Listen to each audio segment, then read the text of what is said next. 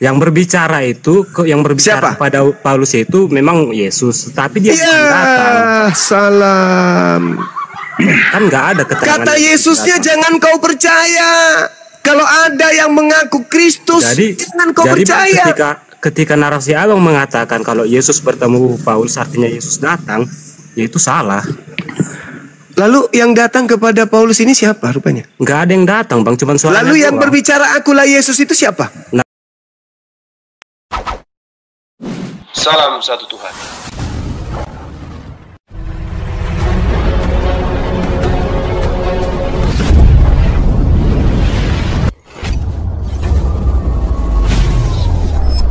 Ya, pengantar ini singkat para sahabat. Dukung semua ya sahabat-sahabat kita channel Densa News Muslim. Di like, di subscribe, di share sebanyak mungkin untuk supaya mencegah sahabat-sahabat kita di luar sana tidak terpengaruh terhadap pemurtadan. Semoga Allah memberikan selalu sikap istiqamah. Salam satu Tuhan, Allahu Akbar. Korintus, coba Anda baca 1 Korintus 15:8. Coba Anda baca. Aku, Bang. Coba bacakan aja, Bang. Saya bacakan. Dan yang paling akhir dari semuanya, Yesus menampakkan diri juga kepadaku.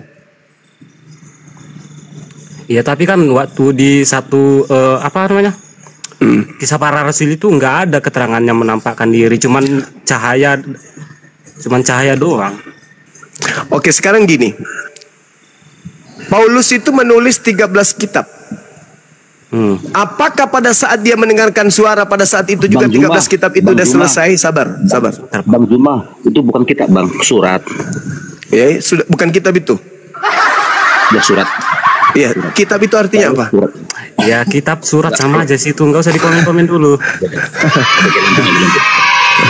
Jadi saudara, coba pakai otak aja dulu. Pakai otak kita berpikir. Ya. Ketika Paulus menuliskan 13 bukunya, kapan dituliskan itu? Pada saat ketika dia ke Damsik? Enggak, dia disertai oleh makhluk itu. Makanya dia mengatakan ketika ia menampakkan diri juga kepadaku. Dia mengatakan aku tidak menerima Injil dari manusia. Aku menerima Injil dari pernyataan Yesus. Artinya, kalau Yesus memberikan pernyataan kepada Paulus, bertemu nggak mereka? Bertemu nggak? Ya nggak harus, Bang. Lah, ya Allah. Kalau di itu, Bang, bisa aja kayak suaranya doang gitu. Lah itu artinya dia berjumpa dalam bentuk suara. Makanya ya, terserah Yesus, Bang sih. Lu mau buat definisinya kayak mana, membuat definisi berjumpa itu kayak mana. Kalau aku sih itu nggak berjumpa gitu, semacam telepati. Kalau 1 Korintus 15:8 itu menampakkan diri itu nggak jumpa. Ya kan nggak tahu kita menampakkan diri seperti apa, soalnya memang nggak di situ tertulis menampakkan diri, optomai, memperlihatkan diri. Kurang apa lagi sih? Astagfirullahaladzim, ya Allah ya Karim. Sorry Bang, soalnya kurang baca. Tapi yang di Damsik itu, Bang, Yesus tidak menampakkan eksistensi seutuhnya, itu maksudnya. Berarti itu bukan Yesus. Kan ditanya saudara, sederhana aja pun. Kristen tidak ada pada saat itu, Islam tak ada, Anda dan saya nggak ada. Biarkan kemudian pola pengajaran Yesus itu mengalir seperti air. Kita datang mengkaji apa yang terjadi. Ketika Yesus duduk di atas bukit Zaitun, Matius 24, datang murid kepadanya, Guru, apa tanda kedatanganmu dan apa tanda akhir zaman? Tanda kedatanganku sudah diuraikan, bukan? Andai saja tidak ada petua Yesus di dalam nomor 23 sampai 26, ya bisa jadi itu adalah Yesus yang datang dalam rupa penglihatan dan seterusnya bla bla bla bla. Tapi kan Yesus berpesan.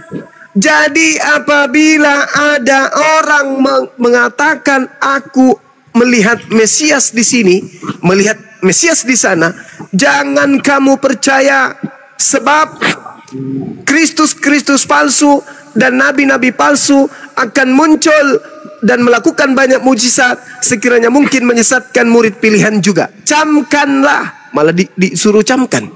Aku telah mengatakannya kepadamu terlebih dahulu.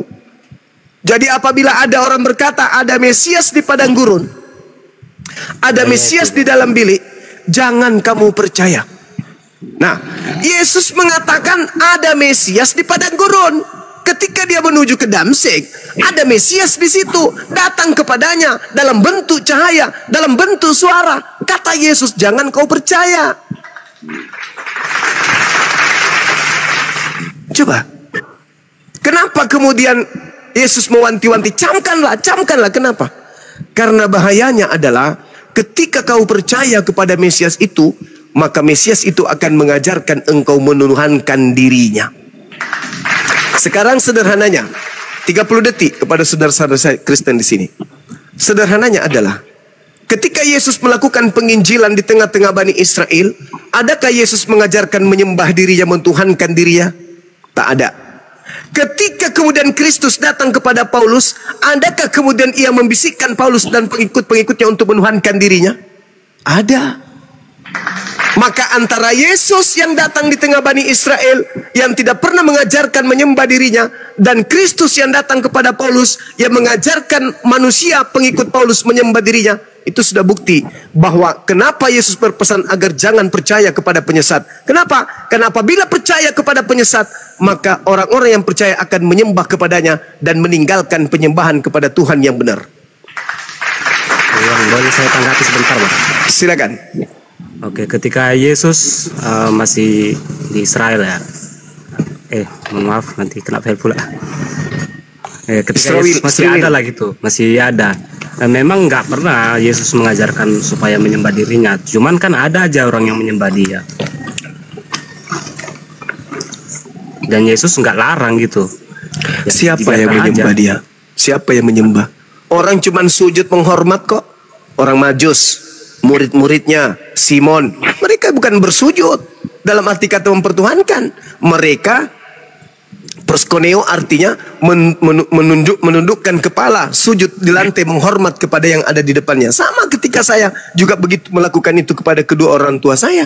Bukan berarti saya menyembah dia. Saya takjub terhadap jadi perjuangan definisi menyembah menurut abang itu gimana sebenarnya? Ya, yang kalian lakukan sekarang ini, itu yang keliru.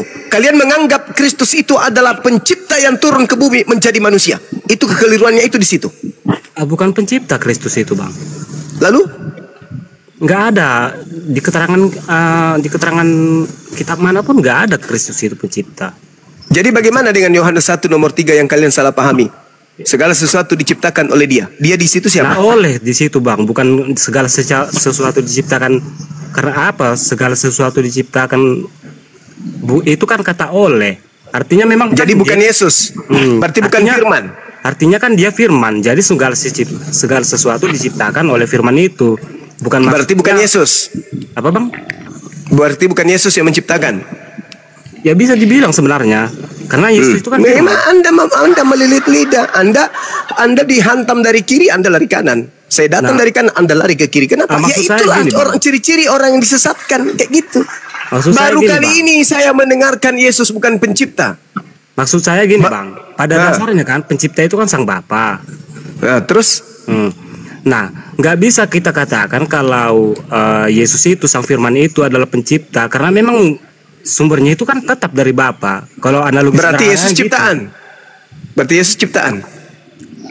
Ya Firman bukan ciptaan sih. Nah itu, tengoklah kan. Dihantam dari kiri, lari ke kanan, kanan lari ke kiri, bawah lari ke atas. Kapan Anda bisa jujur terhadap diri Anda? Kapan? Maksud saya, Bang, itu ke sumber primernya, Bang, merujuk ke Sang Bapa itu. Jadi kalau begitu di luar pencipta, Sang Bapa gitu aja.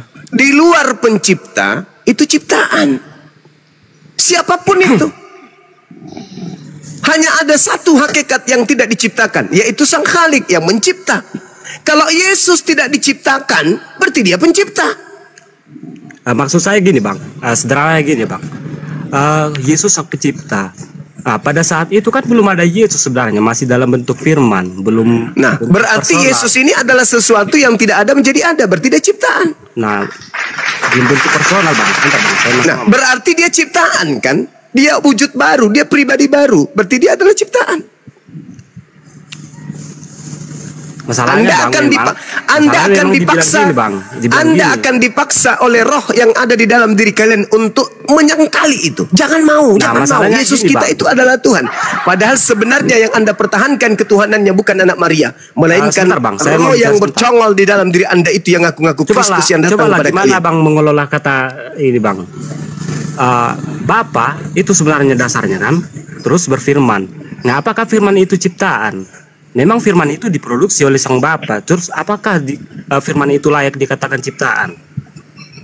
Lah, segala sesuatu yang keluar dari Bapa, dari Tuhan itu adalah ciptaan. Sama. Termasuk firman. Ya udah sih, kalau di kami, Bang, firman itu bukan ciptaan. Bagaimana ceritanya Anda mengatakan yang keluar dari Bapa itu bukan ciptaan? Bagaimana ceritanya? Anda ingin mengatakan bahwa Tuhan Anda beranak? Bukan, karena Anda definisi ciptaan, Bang, menurut kami itu bukan yang keluar dari Bapa, tetapi yang dibilang-bilangi, jadi gitu. Lah, ketika kemudian Yesus ingin diadakan di muka bumi, dia punya awal kan? Apa yang menjadi firman yang keluar dari mulut Tuhan? Hubungannya dengan Yesus apa? Ibaratnya gini lah, Bang, biar simpel. Jangan ibarat suara, dulu. Suara Abang itu ciptaan nggak? Ciptaan Abang? Ciptaan. Itu ciptaan. Ya udah sih, kalau memang kayak gitunya definisi Abang, ya udah sepakat aja gitu. Nah, sekarang begini. Ketika Yesus belum ada di bumi, apa yang mendasari awal kali yang Tuhan lakukan sekaitan dengan akan diadakannya Yesus? Apa yang Tuhan lakukan? Ya nggak tahu, Bang. Tanya Lo kok nggak tahu? Inilah kalian. Padahal jelas-jelas apa yang Tuhan lakukan sebelum ada Yesus yang berhubungan dengan akan diadakannya Yesus. Apa yang Tuhan lakukan? Waduh, berat pertanyaannya, Bang. Bukan berat. Anda saja yang tidak sampai ke sana karena nggak mau sampai ke sana. Ya, soalnya kan nggak tahu aku apa yang dilakukan. Kok nggak tahu? Bulan ke-6 siapa yang datang kepada Maria? Oh, bicara tentang itu ya. Ya, siapa yang datang kepada Maria? Malaikat. Untuk apa dia datang? Untuk memberi kabar. Nah, itulah permulaannya. Pada mulanya adalah kabar. Kabar yang keluar dari Bapa. Bukan Yesus yang keluar, tapi pemberitaan. Wahai Maria, Bapa ingin engkau hamil. Itu pada mulanya firman yang keluar dari mulut Tuhan disampaikan oleh Roh Kudus kepada Maria agar Maria hamil dan melahirkan seorang manusia bernama Yesus. Yesus ciptaan. Bang Zuma, firman Allah sama Allah berfirman sama enggak? Sama. Nah, terus kalau di kejadian nanti kalau apa aku mau mandi dulu. Aku ya mandi. Ya, ya, jangan pakai air sagu, Bang, ya. Pakai air yang bersih. Pakai solar kok, Bang. Bang apa? Allah berfirman, Tuhan berfirman, dan firman Tuhan itu ya sama. Apa bedanya? Enggak gini, Bang. Kalau penciptaan di kejadian, contoh kejadian 1 ayat 20. Itu firman Allah yang menjadi manusia, apa Allah yang berfirman maka jadilah manusia Adam. Jelas Tuhan yang berfirman. Maka jadi Adam. Iya, betul. Nah, berarti kan terus, bukan firman yang berteofani menjadi Adam kan? Ya memang bukan. Yesus juga begitu. Yesus juga begitu. Jadi kalau kita narasikan nih pakai ilmu filsafat, ngerti filsafat nggak ente? Ngerti kan ya? Tahu dikit. Filsafat itu adalah teori berpikir sampai ke akar-akarnya. Nah, mari kita teorikan tentang Adam. Kalau kita teorikan menurut ilmu filsafat tentang Adam ini, maka Adam akan terurai. Adam ini pada mulanya adalah firman yang bersama-sama dengan Bapa. Lalu firman itu menjadi manusia Adam. Itu kan di Yohanes 1 ayat 1, Bang. Itu kalau kita berbicara filsafat, Bung. Yohanes 1 nomor 1 itu adalah filsafat himne Plato. Sampai nomor 14. Firman itu telah menjadi daging. Sama ketika Tuhan berkehendak, aku hendak menciptakan manusia di atas muka bumi, supaya dia menjadi penguasa baik ikan-ikan di laut, burung-burung di atas udara, dan hewan yang melata di bumi. Itu firman kan? Lalu apa yang terjadi setelah itu? Berproses. Endingnya Adam. Nah, mari kita berfilsafat. Adam pada mulanya adalah firman yang bersama-sama dengan Bapa, lalu kemudian menjadi daging, jadilah Adam. Sama seperti itu. Tuhan berfirman, aku hendak menciptakan manusia dari seorang perawan bernama Yesus, dan hendaklah manusia ini dinamai Yesus. Berproses gak firman itu? Berproses. Jadi enggak daging? Jadi berarti pada mulanya adalah firman. Bukan firman menjadi manusia, tapi kehendak Tuhan yang teraplikasi menjadi manusia. Sama seperti Mazmur 33 nomor 9, Yesaya 55 nomor 11. Firman yang keluar dari mulutku tidak akan kembali kepadaku dengan sia-sia sebelum melaksanakan apa yang aku perintahkan. Aku hanya memberi perintah, maka semuanya jadi. Kalau menurut abang sama ya? Idza arada syai'an ayyakul lahu kun fayakun. Sama. Oke bang, kalau menurut abang berarti Allah berfirman sama Allah sama gitu ya berarti? Sama. Allah berkata dan perkataan Allah itu sama. Anda berkata dan perkataan Anda itu sama. Anda bukan perkataan bukan Anda. Tetapi Anda yang menjadi sumber. Sama seperti pabrik. Pabrik mobil bukan mobil, tetapi mobil berasal dari pabrik. Perkataan bukan Allah, tetapi perkataan berasal dari Allah. Perkataan bukan mulut, tetapi perkataan berasal dari mulut. Mulut bukan perkataan, perkataan bukan mulut. Dua pribadi yang berbeda. Tetapi ada yang menjadi sumber, ada yang menjadi produk dari sumber. Yesus adalah produk dari sumber, sedangkan sumbernya adalah Bapa, Sang yang Maha berfirman. Dia mengatakan hamil Maria. Lahir Yesus. Tak ada yang bisa menghalangi itu. Kesalahan Kristen karena mendudukkan filsafat Yunani sebagai sumber ketuhanan kepada Kristus, sehingga ketika Paulus mengatakan bertemu Kristus, maka segala-galanya yang berbau politeisme, animisme, Anda rangkul, Anda imani. Inilah yang terjadi. Maka ditertawakan oleh orang berakal. Kok Tuhannya orang Kristen itu berubah menjadi manusia, mati dibunuh oleh manusia, dan Anda akan ngotot di situ. Kenapa Anda ngotot? Karena ada roh yang Anda katakan Roh Kudus di dalam tubuh kalian yang sesungguhnya bukanlah Roh Kudus. Jangankan Roh Kudus yang dipalsukan, Yesus Kristus pun dipalsukan. Makanya Yesus mengatakan apa di dalam kitab saudara? Kristus palsu dan nabi palsu akan datang melakukan banyak mujizat sekiranya mungkin menyesatkan orang pilihan. Kalau murid pilihan saja akan disesatkan, bagaimana ente? Jadi gini bang, kalau menurut Bang Juma, firman itu sudah ada bersama Allah apa yang memang diciptakan? Yang ada pada Allah itu kalam, bukan firman. Iya.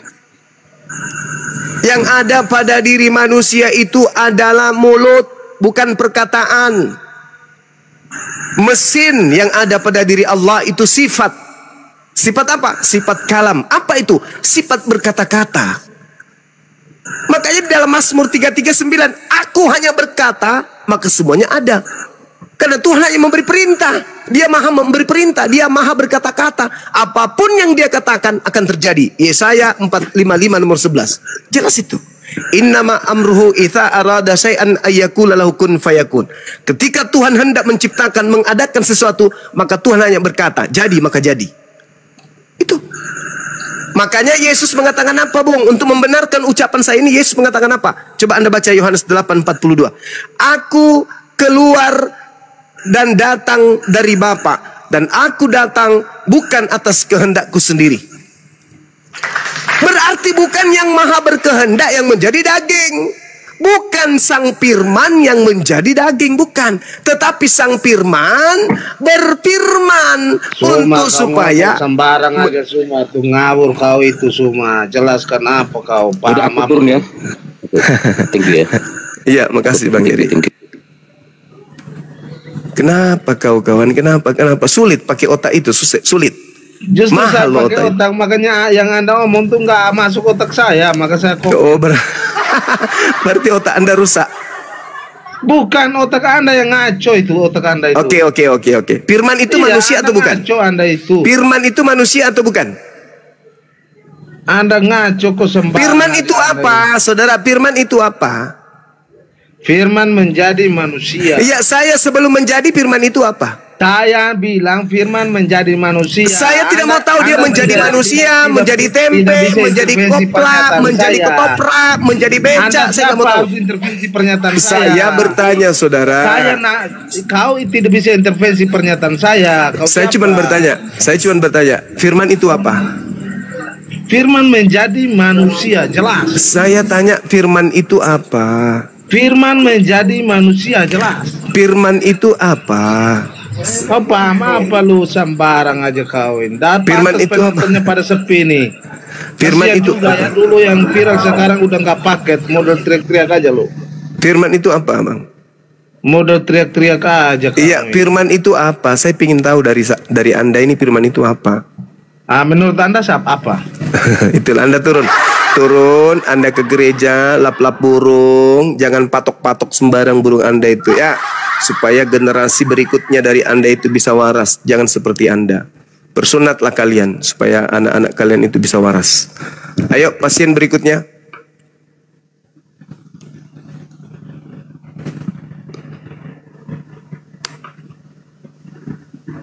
Woi.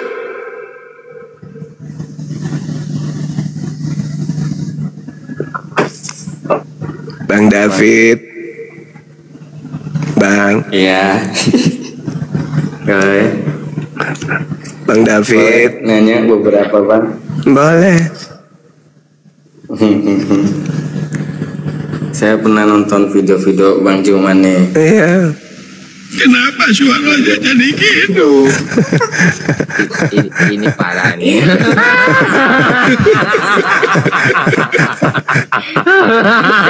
Tenang. Ayo. Bertanya, Bang. Boleh. Bang Zuma kan ingin mencerdaskan, Iya. menyelamatkan orang-orang Kristen ya. Iya, Masya Allah. Iya. Gimana?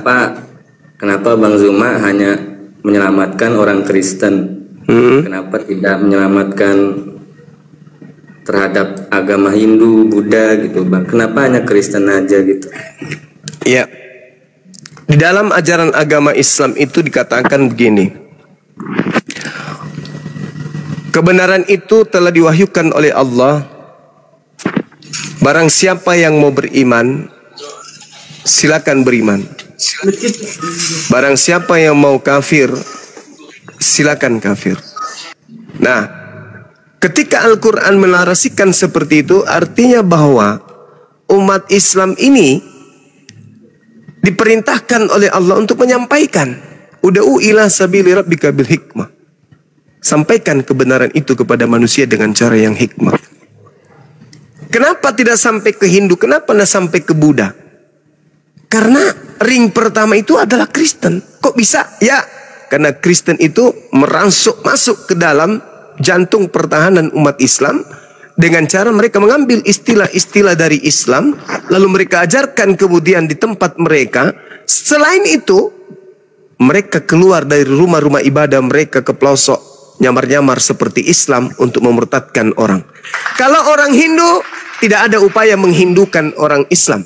Orang Buddha tidak ada upaya membudakan orang Islam untuk menjadi Buddha. Tapi kalau orang Kristen, seluruh upaya dan kekuatan mereka lakukan untuk mengkristenkan orang Islam. Sampai sini paham, saudara? Paham. Nah, gitu. Lanjut. Ya, lalu pertanyaan lagi nih, Bang. Iya. Apakah ada Allah SWT menurunkan kitab selain Zabur, Taurat, Injil, Al-Quran? Allah Subhanahu wa ta'ala tidak menceritakan tentang hal yang di luar kemudian misi kedatangan Nabi Muhammad.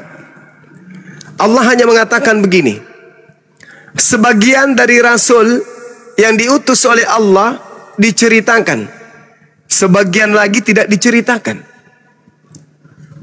Artinya apa?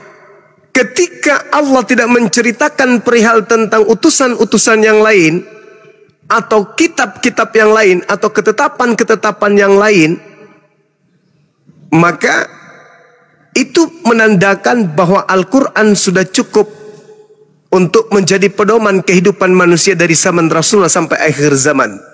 Cukuplah Taurat, cukuplah Zabur, cukuplah kemudian Injil yang menjadi panduan umat Islam untuk menghantarkan manusia kepada keselamatan akhirat. Seperti itu. Jadi pedoman kami hanya kepada Al-Quran. Berarti Silakan. tidak disebutkan Bang. Iya. Oke. Pertanyaan terakhir nih Bang, yang masih ganjal nih. Iya. Tentang Nabi Muhammad. Yang saya tahu kan, maaf, Muhammad itu kan pedofil gitu, menikahi itu. Apa sih gitu? Tunggu. Dari mana Anda mengatakan Nabi Muhammad itu pedofil? Anda ngerti pedofil gak? Yang menikahi anak kecil itu. Oh salah, mana ada pedofil kayak gitu? Inilah kesalahan kalian. Pedofil itu adalah penyakit yang suka kepada anak kecil. Ya. Nabiku Nabi Muhammad tidak pernah dia kemudian melakukan pencabulan kepada anak kecil. Nabiku Nabi Muhammad tidak ada kemudian menjadikan anak kecil itu menjadi trauma. Itu adalah tuduhan orang-orang kafir kepada baginda Rasulullah Muhammad SAW. Mana ada Nabi Muhammad itu pedofil? Enggak ada. Yang namanya pedofil itu penyakit, suka makan anak kecil, seperti pastor dan pendeta di luar sana banyak. Ya, yang saya tahu kan kejelekannya gitu Bang. Itu bukan kejelekan, saudara. Nabiku Nabi Muhammad bukan seorang pedofil. Tidak ada korban pedofil, nggak ada. Siapa korbannya coba? Anda harus paham dulu. Pedofil itu adalah penyakit psikis, penyakit kejiwaan yang cenderung suka kepada anak-anak kecil, anak-anak di bawah umur. Dia punya kelainan, ciri-cirinya orang yang pendiam, susah berkomunikasi, suka mengintai anak kecil, suka menyakiti anak kecil, suka membuat anak kecil ketakutan. Semakin dia senang sama seseorang anak kecil, maka semakin dia membuat anak itu mencekam. Itu pedofil. Dan orang yang terkena penyakit pedofil itu kecenderungannya tertutup. Nabiku Nabi Muhammad seorang diplomasi yang luar biasa. Dia adalah seorang pemimpin, dia seorang raja, seorang presiden, pemimpin perang. Kok bisa dituduh pedofil? Itu penghinaan, Bung. Nggak ada Nabi kami itu pedofil, nggak ada. Itu jangan disimpan di dalam otak kalian itu. Kalau Nabi Muhammad itu pedofil, tidak sampai ajarannya ke kita. Orang Arab yang sangar, yang keras, kasar, yang akan mengeksekusi beliau. Buktinya, jangankan pada saat hidup, beliau sudah mati saja, mereka tidak ridho, tidak ikhlas mayatnya dikuburkan. Saking cintanya kepada sosok yang mulia ini. Kok dibilang pedofil? Orang kaya di atas muka bumi ini, orang yang paling kita cintai di atas muka bumi ini, bahkan orang tua kita saja, yang kita cintai, yang membesarkan kita, yang melahirkan kita, kalau mereka sudah meninggal, semalam mayatnya di rumah, masih kita tahan. Tapi kalau 2 malam, sudah 3 malam di rumah mayatnya, itu sudah mulai aneh, berasa. Padahal itu adalah orang tua kandung kita. Baginda Rasulullah Muhammad sallallahu alaihi wasallam, umatnya, para sahabatnya tidak mau Nabi Muhammad dimakamkan, saking cintanya. Kenapa? Karena manusia ini adalah manusia yang paling mulia akhlaknya di antara seluruh manusia. Jadi yang Anda dengarkan itu cuma fitnah. Tidak mungkin sejazirah Arab tunduk kepada beliau kalau dia memiliki sifat tercela satupun. Itu hanya fitnah itu. Siapa korbannya? Siti Aisyah. Siapa wanita yang paling mencintai Nabi Muhammad? Siti Aisyah. Lalu, mana korban pedofil? Korban pedofil itu, jangankan melihat pelakunya terhadap dirinya, jangankan serumah, melihatnya saja, mendengarkan namanya saja, anak itu akan trauma, anak itu akan mendekati kegilaan. Ini Siti Aisyah, manusia yang sangat cinta kepada Nabi Muhammad. Berarti dia bukan korban pedofil. Kalau begitu tak ada korbannya. Lalu kenapa orang-orang mengatakan beliau pedofil? Karena mereka putus asa, kecewa, tidak mampu membendung manusia yang berbondong-bondong memeluk ajaran Nabi Muhammad. Maka satu-satunya cara adalah memfitnah Nabi Muhammad dengan hinaan-hinaan yang tak berdasar. Mana korban pedofil? Nggak ada. Siti Aisyah adalah wanita yang sangat cinta kepada suaminya. Buktinya, dia menghafalkan lebih dari 2000 hadits. Bagaimana mungkin seorang korban pedofil akan menghafalkan perkataan-perkataan orang yang menjadi pelaku terhadap dirinya? Gak mungkin. Tapi buktinya, Nabi Muhammad meninggal dalam pangkuannya. Lah, kok jadi korban pedofil? Berhenti tuh, berhenti. Jauhkan pemikiran Anda terhadap tuduhan kepada Nabi Muhammad. Itu nggak ada. Lebih baik Anda mengkaji Lukas 11 nomor 27. Lebih baik itu Anda kaji. Kebenaran gitu. Iya. Jangan Anda mengatakan sesuatu yang Anda tidak paham. Lalu adakah pengorbanan Nabi Muhammad itu kepada umatnya, Bang? Ada. Ada. Dia korban segala-galanya. Harta benda dia korbankan untuk supaya ajaran Islam ini sampai di akhir zaman. Nyawanya kemudian dikorbankan. Ikut perang beberapa kali. Yesus pernah perang nggak?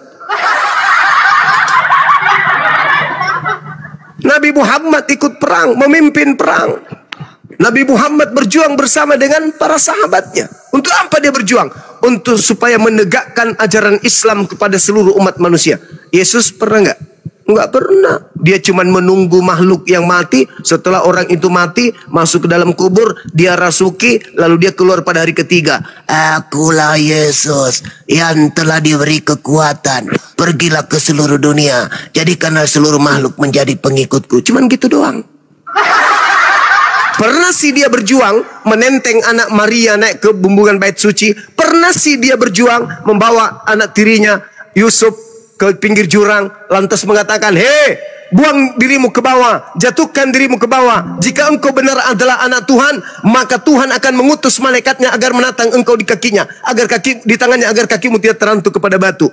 Sayangnya si Yesus tak mampu membuat berdaya, tidak mampu memperdaya, maksud saya, anak Maria ini. Sehingga Yesus Kristus itu kecewa, mundur dia dari mencobai anak Maria. Sehingga apa dikatakan di situ di Lukas 4 nomor 13. Yesus Kristus mundur dari mencobai anak Maria, lalu menunggu waktu yang tepat. Si Yesus menunggu di pojokan. Begitu ada tragedi penyaliban, anak Maria diselamatkan, yang menjadi manusia terkutuk ini turun di bawah perut bumi. Masuklah Yesus Kristus ke situ. Lalu pada hari ketiga dia keluar. Kepadaku telah diberi kuasa. Akulah Yesus. Sang bintang timur. Padahal yang asli sudah terangkat ke langit. Berkarya dia, leluasa dia menjual dan memakai nama Yesus supaya mendapatkan pengikut. Lahirlah 2 miliar lebih pengikutnya. Na'udzubillah tsumma na'udzubillah. Kalian pengikut Yesus palsu, bukan pengikut anak Maria.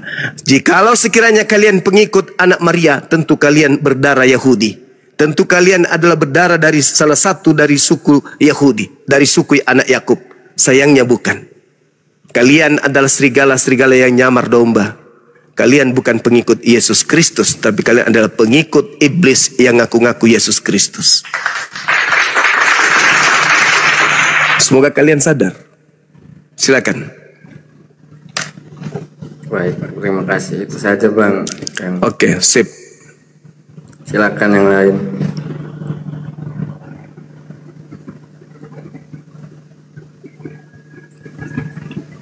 Ya, pasien selanjutnya ada Jess Tuku. Dibuka mute-nya, Bre. Jess. Jess Tuku. Jess. Masih noise nggak di sana, Jess? Buka. Oh, sorry, ke mute. Dibuka lagi. Dibuka lagi, Jess. Sorry, Jess. Saya mau undang buka mute. Masih noise tuh. Malam. Ya, selamat malam. Yo, malam. Ya, silakan, Jess. Oh, bisa bertanya, Bang? Bisa. Satu pertanyaan 20.000. 50.000 nanti saya tambah, Bang. Oke, silakan. Oke, Bang.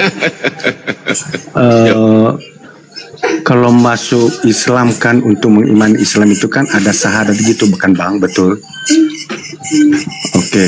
Syahadat itu kan ya. syahadat itu kan untuk penegasan iman, pengakuan iman, persaksian kita kepada Tuhan pencipta itu Allah, kan begitu. Jadi yang saya tanyakan di sini Bang, apakah harus mempercayai Tuhan satu-satunya, Dia adalah Allah? Haruskah menyetarakan Dia dengan ciptaannya seperti Muhammad? Oke, boleh saya jawab? Silakan Bang. Iya. Tolong dipahami syahadatain itu apa. Syahadatain itu adalah persaksian, pengukuhan iman. Bersaksi bahwa tidak ada Tuhan selain Allah. Tidak ada Tuhan selain Allah. Posisinya Tuhan. Saya ulang. Tidak ada Tuhan selain Allah. Tidak ada ilah selain Allah. Tidak ada theos selain Allah. Tidak ada kemudian Elohim selain Allah.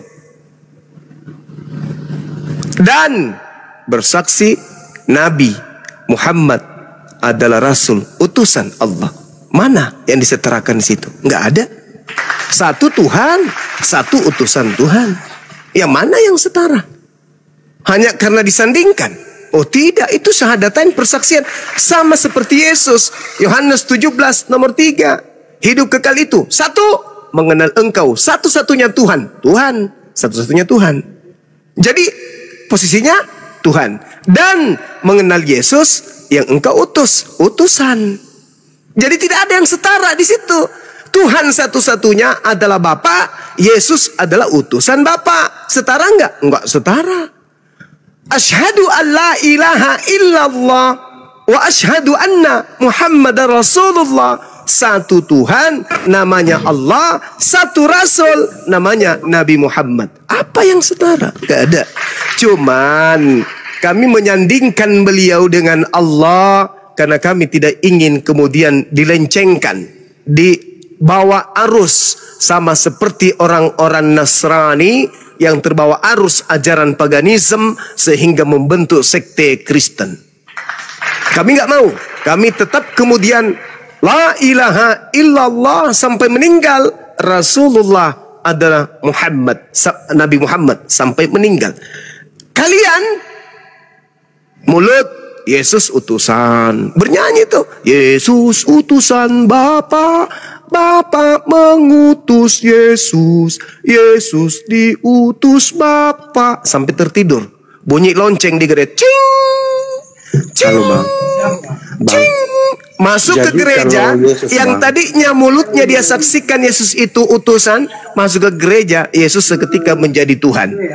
Munafri, lain di mulut, lain di praktek. Ya, silakan. Ya, jelaskan kalau di Bible itu kan mengenal Allah itu kan ya itu dengan mengenal Yesus Kristus. Jadi karena Yesus itu memang sehakikat dengan Allah gitu. Di mana dalilnya Yesus sehakikat dengan Allah? Di mana dalilnya sehakikat? Di mana? Bentar dulu, saya mau tanya dulu di Bible. Di mana dia sehakikat dengan pencipta? Kan sadar itu kan pengakuan iman kita kan kepada Allah kan begitu. Iya.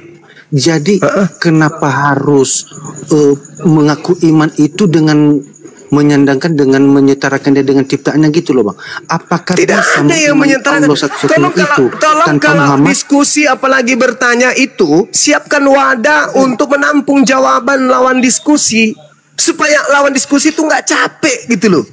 Tidak ada yang menyetarakan.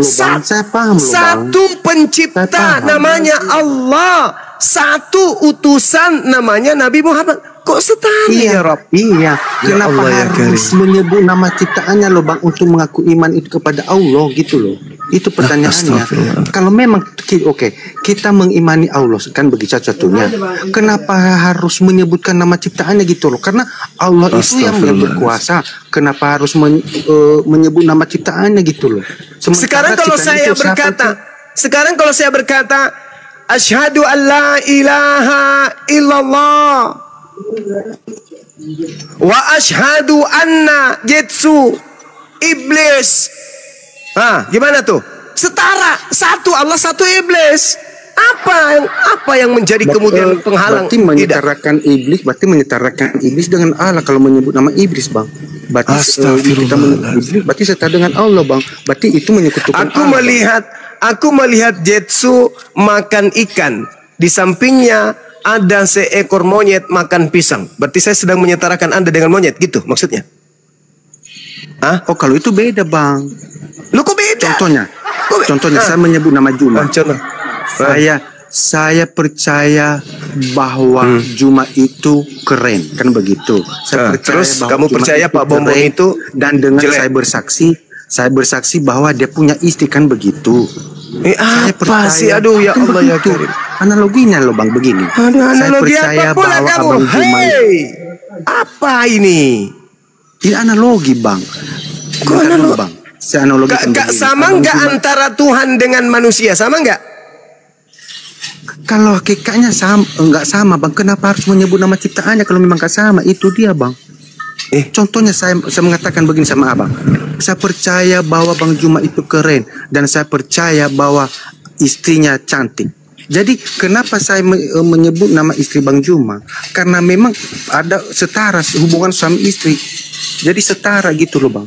Makanya saya pertanyakan, dengan menyebut nama Tuhan ini, haruskah menyebut nama ciptaannya? Gitu loh. Sementara Tuhan kan Maha Kuasa, kenapa harus menyebut nama ciptaan gitu? Bang Juma nggak sadar ngobrol sama monyet. Iya sih. Nah itu kan. Bang Andi jangan interogasi dulu. Terlalu banyak makan daging babi ya, gini loh otaknya berfungsi. Ini loh Bang Juma, aku serius loh Bang. Bukan untuk apa, kan? Kalau kamu serius, saudara, kau pasang alat di kepalamu untuk menampung jawaban saya. Saya paham loh, Abangku. Umat Islam itu menerima ajaran dari nabinya. Nabinya bernama Nabi Muhammad. Beliau adalah duta, beliau adalah utusan pencipta langit dan bumi di atas bumi ini. Saya paham itu, Bang. Saya tahu itu, Bang. Tapi kenapa harus pengakuan iman itu harus menyetarakan Tuhan Sang Pencipta yang Maha Kuasa itu dengan ciptaan gitu loh? Kenapa? Itu yang saya tanyakan. Iya, kalau memang Tuhan itu Maha Kuasa dan satu-satunya Tuhan, Bang. Sekarang kalau saya ditanya siapa Tuhanmu? Allah. Siapa nabimu? Nabi Muhammad. Apakah saya sedang menyetarakan beliau? Terlalu banyak makan tikus ente. Nih saudara-saudara Kristen, kurangi makan tikus ya. Kurangi makan tikus, karena itu akan meracun otak kalian itu. Kalau sudah kayak gitu tadi itu udah parah kali tuh. Nggak bisa ciptakan pesawat dia. Iya, itu dia makanya. Dia harus makan babi banyak. Supaya biar pintar ciptakan pesawat. Oh, ciptakan pesawat. Iya, bagus. Tapi menciptakan pesawat karena dekat dari Bible atau karena meninggalkan Bible? Ciptakan HP, ciptakan internet. Iya. Makan babi banyak supaya cerdas. Jangan minum kencing onta. Jadi goblok macam Suma itu. Bukan. Kalian pintar macam itu Suma, kenapa? Kalian itu pandai memutar balikan turunkan. Ya, turunkan. Diturunkan. Orang sakit hati mah gitu, kita nggak usah ikutin. Sakit hati. Oh iya. Karena hati. Kemajuan Barat itu bukan karena ditopang oleh Bible. Justru Barat itu semakin jauh dari Bible semakin pintar. Karena kalau syahadat sebelum datang Nabi Muhammad tuh seperti apa? Itu kan persaksian, Bung. Ketika kemudian umatnya Nabi Musa menerima Nabi Musa sebagai rasul utusan Tuhan kepada mereka, apakah itu salah? Itu sudah benar. Lalu mengakui kemudian Tuhan yang mengutus Nabi Musa adalah satu-satunya Tuhan, apakah itu salah? Itu sudah benar. Begitu juga ketika Yesus datang, hidup kekal, mengetahui, mengimani, mempercayai, mengenal Tuhan yang mengutus Yesus sebagai satu-satunya Tuhan. Apakah itu salah? Sudah benar. Dan mengakui Yesus sebagai utusan Tuhan. Apakah itu salah? Itu sudah benar. Apanya yang salah? Nggak ada yang salah.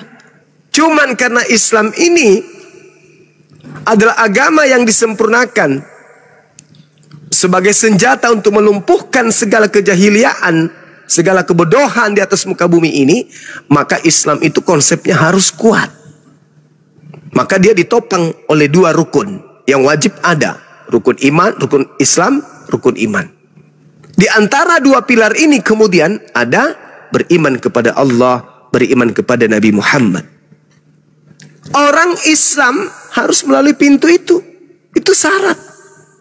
Begitu juga pengikut Yesus harus melalui pintu itu.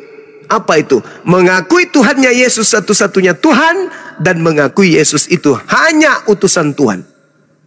Sedangkan Kristen tidak ada di pintu itu. Kristen malah menjadikan Yesus dan Bapa itu sehakikat. Nah, makanya tadi penanya yang terakhir yang turun itu menganggap bahwa kami ingin sama seperti Kristen. Dalam nama Bapa, Anak, dan Roh. Kenapa disandingkan tiga? Karena Kristen mengatakan tiga-tiganya Tuhan. Kalau kami tidak. Nabi Muhammad itu utusan Tuhan. Seperti Yesus mengakui dirinya utusan Tuhan. Tapi maunya si penanya tadi, kalau begitu ya Nabi Muhammad itu Tuhan juga dong. Tapi faktanya kan kalian tidak mau terima Nabi Muhammad itu Tuhan. Lalu kenapa kalian menyandingkan dengan Nabi Muhammad kalau dia ada Tuhan? Sedangkan kami menyandingkan burung merpati dengan anak manusia sebagai sandingan dari Bapa, karena kami menganggap mereka ini adalah tiga tetapi satu. Gak bisa, kami umat Islam gak bisa kemudian dibodohi. Insya Allah senantiasa Allah akan melindungi kami, karena setiap kali kami bergerak senantiasa kami berlindung kepada godaan setan. A'udzubillahi minasyaitonirrajim. Aku berlindung kepada Allah dari godaan setan yang terkutuk, yang naik di komal ini.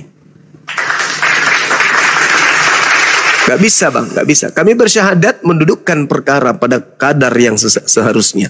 Nabi Muhammad hanyalah Nabi, Nabi Muhammad hanyalah Rasul. Sedangkan sebagai Nabi dan Rasul, beliau mengajarkan kepada mereka umat Islam untuk mempertuhankan satu-satunya Tuhan hakikat absolut tunggal, yaitu Allah Azza wa Jalla. Itu ajaran Nabi Muhammad. Itu nggak bisa diganggu itu.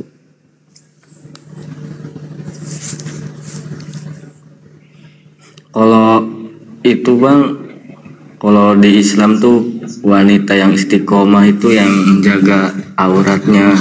Lalu kalau dia pergi ke tempat kelahiran Nabi Muhammad itu di Mekah, gimana pas saat umroh itu kan dia pasti bersentuhan tuh bang. Mereka bersentuhan tapi bukan bermaksiat kan? Itu pun mereka terjaga. Niatnya mereka itu adalah beribadah kepada Allah. Kalau berwudu itu batal nggak kalau di situ? Iya, batal lah. Kan situ kan beribadah di situ. Iya, kan? tapi kan mereka bersentuh, kalaupun harus tersentuh, kan mereka tidak langsung bersentuhan kulit.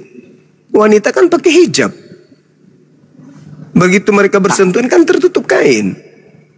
Itu tangannya tuh ada yang tidak tertutup. Kalau ada tersentuh kan bukan karena sengaja. Dan ada banyak tempat wudhu, kan bisa wudhu kembali. Bolak-balik itu. Iya, itulah Islam. Karena memang Islam itu harus mensucikan diri pada saat beribadah kepada Tuhannya. Jangan kemudian berwudu, kulub aja dipotong. Kalau lu pikir di gereja habis gituan semalam nggak mandi langsung masuk. Bang Juma. Iya, iya. Ada pasien lah gitu.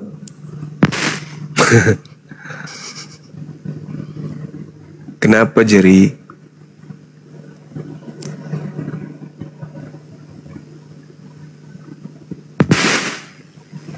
Tapi di gereja itu gak ngapain tuh bersentuh-sentuhan, malah peluk-pelukan.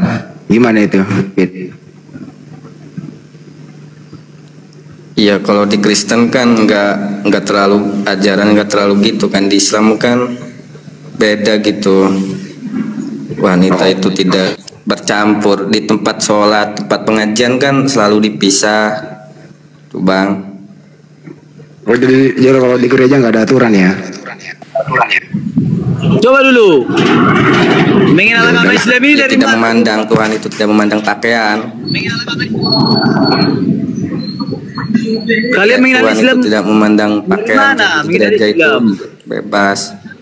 Biar saya ceritakan nanti saya tentang mengenal Yesus. Bisa?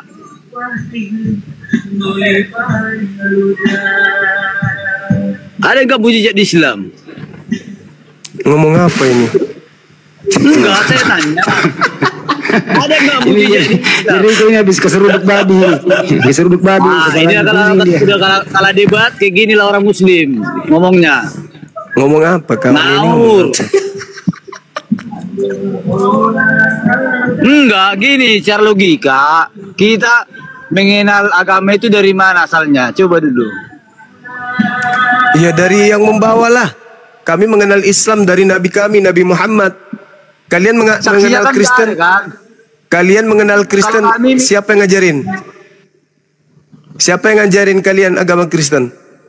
Kalau kami jelas Nabi Muhammad. Yang ngajarin kalian agama Kristen siapa?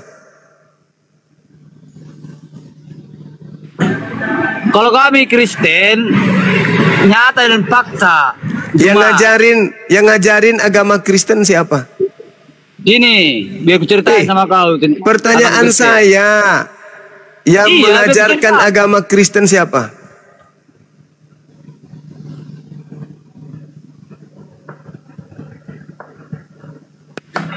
Pernah kamu ke Tarutung?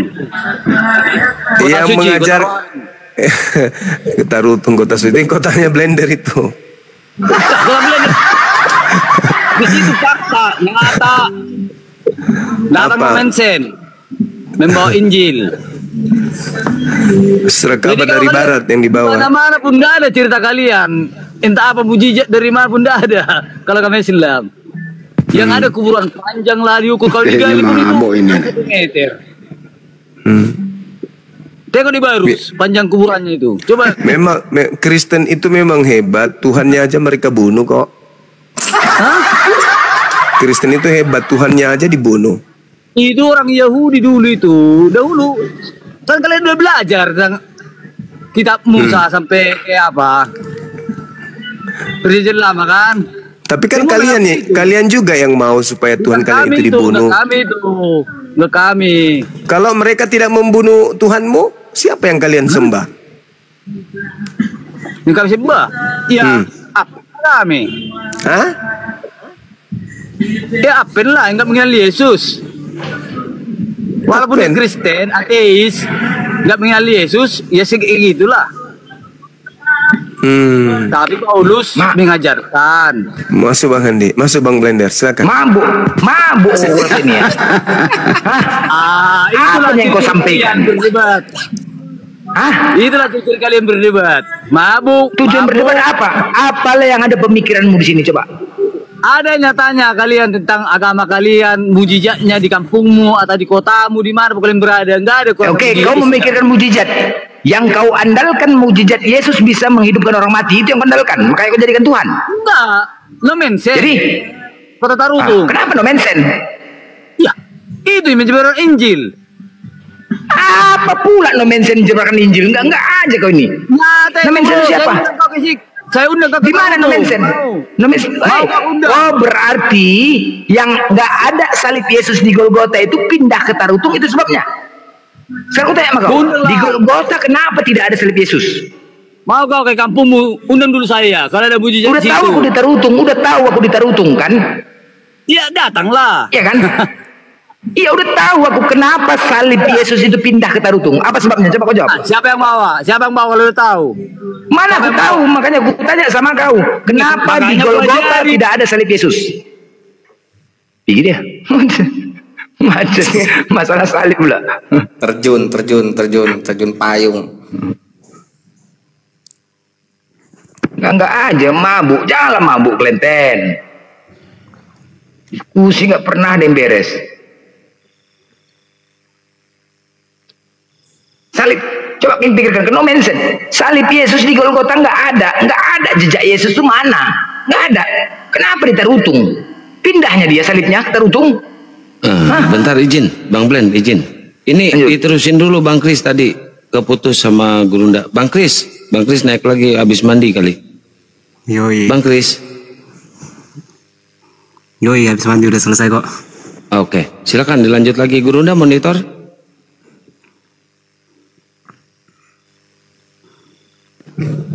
Ya, halo.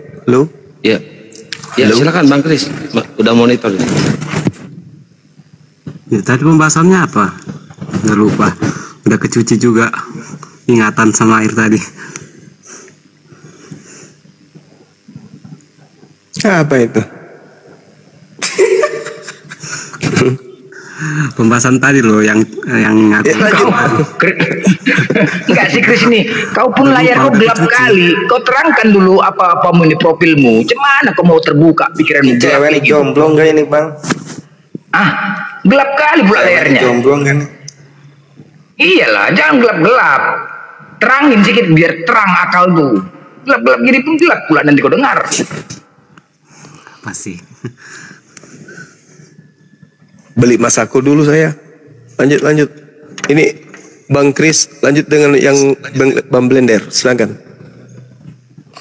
Aduh, beli Masako Bang Juma. Aduh. Benih aku lihat. Yang tadi itu tarutung pula di bawah-bawah. Kena mention tarutung. Entah di mana. Cobalah. Kena mention di mana lah ada kitabnya ada no mention. Coba. Kan udah ngawur-ngawur kan. Ada di Bible no mention. Terlalu no mention dibahas.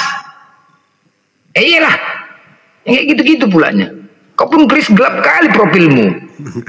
Sengaja. Aduh, sengaja pula. Jangan kau gelap. Gelap nanti. Apa yang mau kau tanya? Enggak ada, cuma melanjutkan pembahasan tadinya tentang apa lupa. Melambai. Makanya Bang cuma mau cari Masako. Apa yang mau tanya Chris? Nggak ada yang mau tanya. Melanjutkan diskusi tadi aja nya. Masalah tentang apa tadi itu ya? Firman.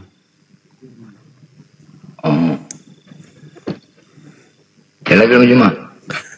Lanjut Bang Blender. Firman lagi cedera. Firman. Aku si Firman. Kalian membahas si Firman. Tahu nggak TB yang terbaru ini? Udah berganti menjadi Sabda. Sabda telah menjadi manusia. Si Firman kadang-kadang kalau sudah diskusi sama kalian tentang ketuhanan pasti urusan si Firman. Ditanya Tuhan kalian satu apa tiga? Satu. Yesus Tuhan, Bapa Tuhan, Roh Kudus Tuhan.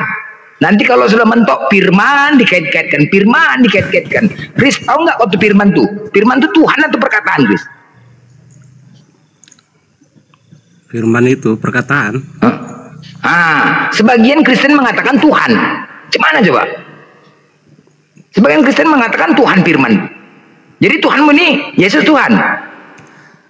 Ya memang kalau secara harafiah ya Firman itu perkataan verbal gitu. Harafiah ya, main kali kata-kata kok harafiah. Yang pasti aja lah. Harafiah ya. Aduh. Kan Yesus Tuhan. Firman itu kan bentuknya verbal kan? Verbal. Ini kapotik apa cemana? Bahasa apa sekarang itu nih? Kita bahasa agama bukan medis. Cemana pula verbal? Macam mau diperiksa jadi verbal. Enggak, sekarang cobalah yang pasti. Hukum terutama adalah mengesahkan Tuhan di kekristenan itu, dengar kalian ya. Syarat utama untuk menjadi pengikut Yesus adalah mengesahkan Tuhan, baru kasihilah Tuhanmu, baru kasihilah sama manusia. Itu syarat utama untuk menjadi pengikut Yesus. Kalau tidak kalian ikutin persyaratan utama itu, itulah yang dicampakkan ke neraka itu. Itulah yang kata Yesus, enyahlah kalian dari hadapanku, aku tidak mengenal kalian. Nah sekarang tahu nggak kok Chris arti esa? Satu. Tunggal. Ya. Nah pertanyaannya, siapakah Tuhanmu yang satu-satunya ataupun tunggal itu? Ya sang Bapa. Sang Bapa. Bapak. Ya. Kok lemah sekali kalian jawabnya? Siapa yang Tuhan sesat itu? Ya udah sang Bapa gitu. Sang Bapa, baik, bukan Yesus kan? Tergantung definisi Tuhan menurut abang. Macet.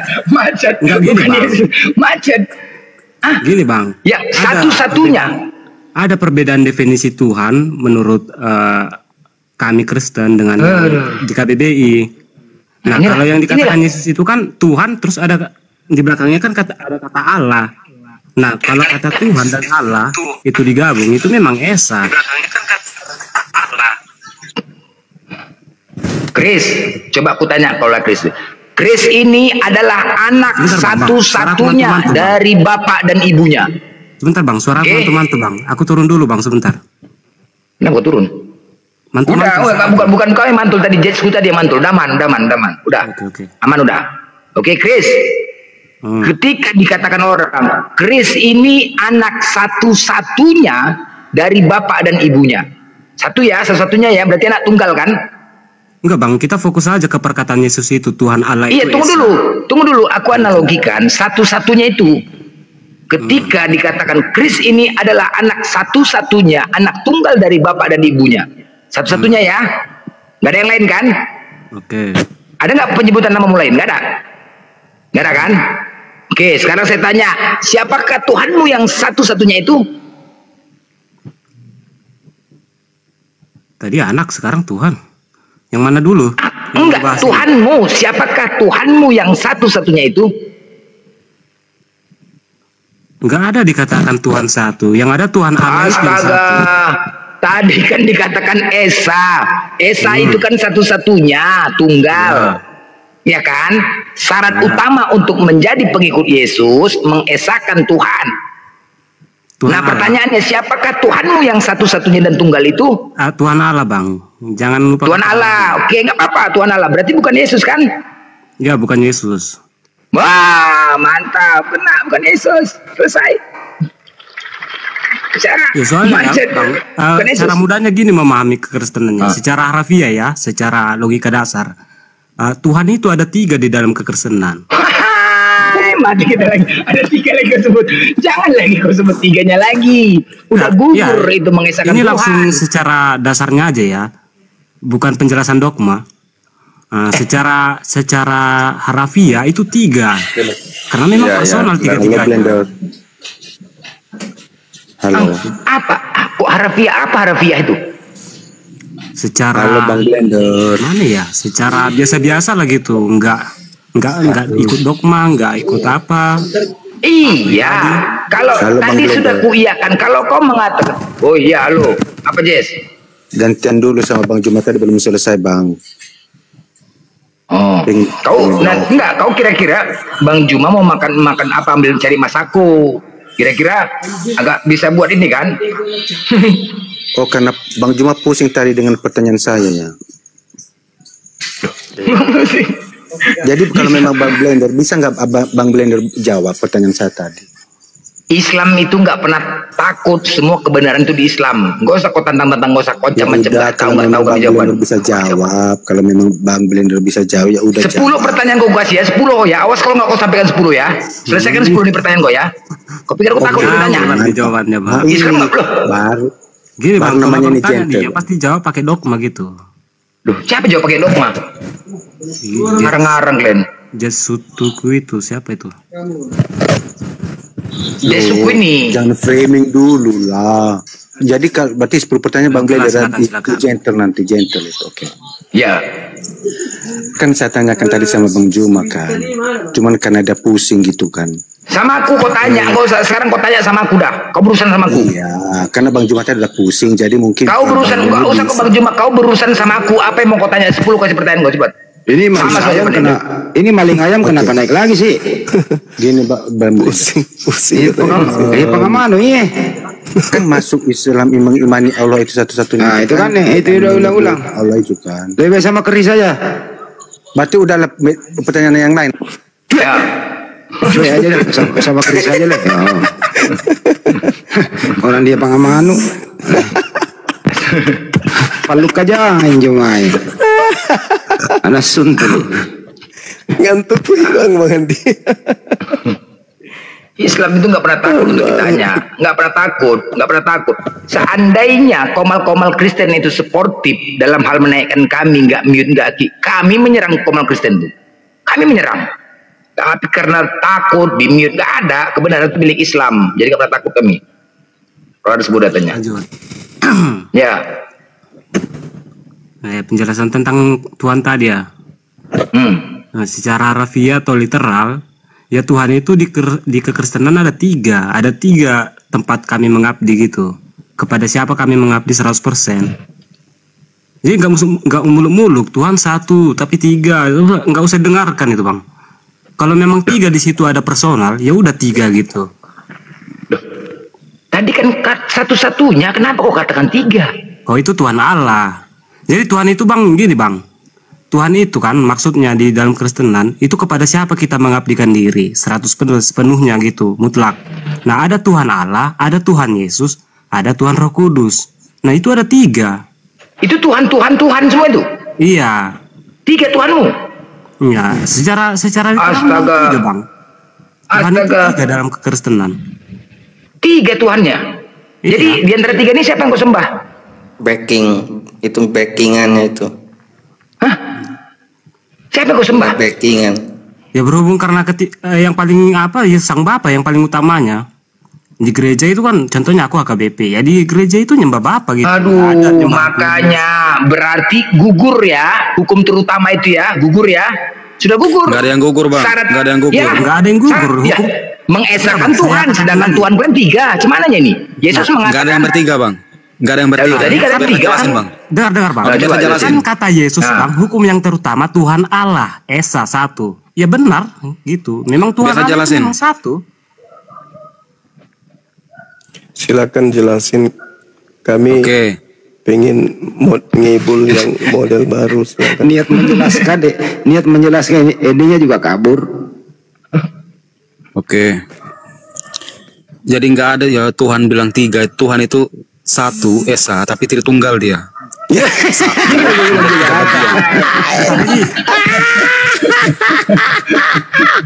Atur tombol mute-nya supaya muncul gimana ini?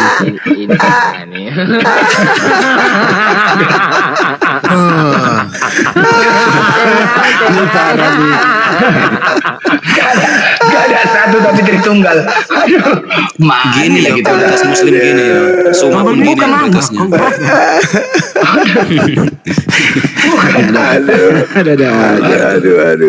Bilang yang benar bang. Bilang sebenarnya Tuhan kami itu 3, tapi kami anggap 1.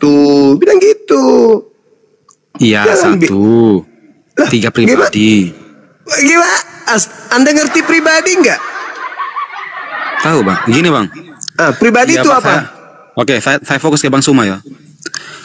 Kamu kan manusia, punya roh, punya tubuh, punya jiwa. Ya, kamu 3 dalam 1. Satunya kamu sendiri. Ketika Yesus jadi manusia ada berapa Yesus di situ? Sabar bang. Loh, tunggu. Ketika Yesus jadi manusia ada berapa pada diri Yesus? Sabar, saya fokus ke Allah dulu. Kita fokus ke Allah lah. Enggak. Pada saat Tuhanmu Yesus itu manusia ada berapa yang ada dalam dirinya? Bentar, kita fokus ke Allah dulu. Kita kelihatan ke Allah dulu. Kan? Roh, jiwa, raga. Ada 3. Bapa dan Roh Kudus berarti ada 5. Mohon maaf bang, aku sedikit masukan bang. Ya itu kan pendapatmu tadi, terserah. Kok gimana jadi pendapat saya? Tadi manusia Bang Suma itu ada 3. Berarti Yesus dalam dirinya juga ada 3. Berarti Bapak kemana? Bapak di mana? Ya saya jelasin dulu kan, kamu simpulkannya sendiri. Bapak dan Roh Kudusnya kemana? Bang, ini pembahasan dogma, ini pembahasan master. Nggak bisa kau bawa ke sini. Itu dogma pembodohan di tempatmu, jangan kau bawa ke sini. Di dalam kitabmu, saudara, dalam kitabmu 1 Yohanes 5 nomor 7 ada 3 yang bersaksi di surga. Ada berapa? Ada berapa? 3. Jangan kotori mulutmu dengan mengaku Tuhan Kristen itu 1. Tuhan Kristen itu bukan 3. Kristen punya Tuhan itu banyak sekali. Coba Anda baca di dalam Wahyu 5 nomor 7. Ada berapa roh Tuhanmu di situ? Ada berapa roh Tuhan di situ? Ada 7. Udah. Jangan kau bawa ke sini itu. Itu dogma kalian itu bawa ke sini, jangan memalukan. Kristen itu Tuhannya bukan 1. Kristen itu Tuhannya data bang, ngomong sampai gini bang, itu. Kalau kita pembahasan dogma Tritunggal 1 tetapi 3 itu memang secara konsep akal itu nggak masuk akal sama sekali. Nah, itu dong. Jadi kau jangan memaksakan diri untuk mendoktrin kita di sini. Tuhan kami 1, tetapi 3 gini bang, ada datanya loh. Ada datanya. Jangan kau bawa. Mana datanya? Coba. Oke. Kamu konsep yang mengatakan Allah Tritunggal, kamu buka Matius 28 ayat 13. Oke. Itu dibaptis dalam 3 nama itu, nggak ada di. Iya. Nah. Iya, 3 paham ya lah ayatnya itu. 3 atau 1 di situ? 3 atau 1? Kau pahami dulu itu. Kau Iya, guru 3 atau 1? Oke, kau paham, kau baca dulu itu. Saya paham, makanya saya bertanya kepadamu. 3 atau 1 di situ? 3, Bapa, Anak, Roh Kudus. 3. Terus kenapa kau katakan 1? Satu pribadi, satu Tuhan, 3 pribadi. Apa pula, nggak bisa kau memaksakan sesuatu yang 3 jadi 1. Jangan. Itu kau bawa ke gereja aja. Sama juga kayak kamu kan. Cuma kan 1, jiwanya, raganya. Berarti ketika rohnya, Paulus kan 3. ketika Yesus jadi manusia sudah 3 kan? Nah, mulai nggak bisa, nggak lolos. Mulai nipu, nggak bisa. Lolos. Mau nipu nggak bisa, sulit. Cuman nggak enak diskusinya gitu. Loh, kamu ingin membodohi kita tapi saya nggak bisa. Nggak, ngantuk dia. Karena terpaksa itu. Karena Allah itu esa dan esa pula dia yang menjadi pengantara antara Allah dan ada berapa yang esa di situ? Nah ini banyak orang Kristen ketika Yesus menjadi manusia, rohnya 3 gitu. Pribadinya 3 gitu. Enggak, di dalam 1 Timotius 2 nomor 5 ada berapa yang esa di situ? Karena Allah itu esa pula dia yang menjadi pengantara antara Allah dan manusia itu. Ada berapa yang esa di situ? Oke, gini Bang, katamu kan. Ada berapa yang esa di situ? Ada berapa? Sabar gini Bang, katamu tadi kan Yesus nyerah dikit aja. Yesus ada 3 katamu kan? Memang Tuhanmu 3. Oke, ketika ketika Yesus kamu bilang 3, itu ketika dia menjadi manusia, nggak mungkin dia nggak pakai roh gitu kan? Nah, berarti sudah 3 kan dalam dirinya? Sabar. Karena sebagai kodrat manusia pasti harus ada dia sudah 3 kan? gitu. Dia sudah 3 dalam dirinya. Bukan berarti 3. Lalu astagfirullahaladzim. Cuman dia harus menjalankan gitu kan. Kodrat sekarang ketika Yesus gitu. itu, ketika Yesus itu menjadi manusia, Bapak di mana? Nggak akan berujung ini. Ya di atas lah. Di atas. Gitu. Lalu yang 3 di Yesus apa? Katanya manusia itu ada 3. Roh. Itu pelengkap. Sabar Bang. Itu pelengkap sebagai kodratnya waktu dia menjadi manusia. Iya. Berarti ada rohnya kan? Ada rohnya. Ada rohnya Yesus. Iya. Roh Kudus mana? Ya beda. Berarti sudah ada 2 roh. Ya kan? Bukan 2 Bang.